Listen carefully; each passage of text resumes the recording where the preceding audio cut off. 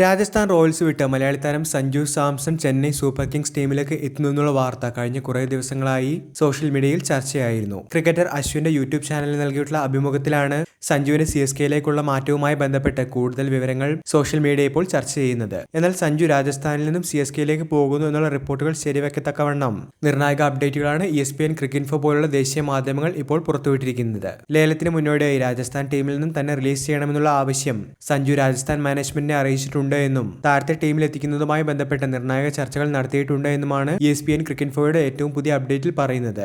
എന്നാൽ ഇപ്പോൾ ഈ ഒരു നീക്കത്തിന് പിന്നാലെ 2 CSK താരങ്ങളെ നൽകണമെന്നുള്ള ഡിമാൻഡ് രാജസ്ഥാൻ റോയൽസ് മുന്നോട്ട് വെച്ചതായാണ് ക്രിക്കിൻഫോ ഇന്ന് പുറത്തുവിട്ടിരിക്കുന്ന ഏറ്റവും പുതിയ അപ്ഡേറ്റിൽ പറയുന്നത്. എങ്കിൽ മാത്രമേ സഞ്ജുവിനെ റിലീസ് ചെയ്യത്തക്കവണ്ണമുള്ള ഒരു നീക്കം ഉണ്ടാകൂ എന്നുള്ള റിപ്പോർട്ടുകളാണ് കാണുന്നത്.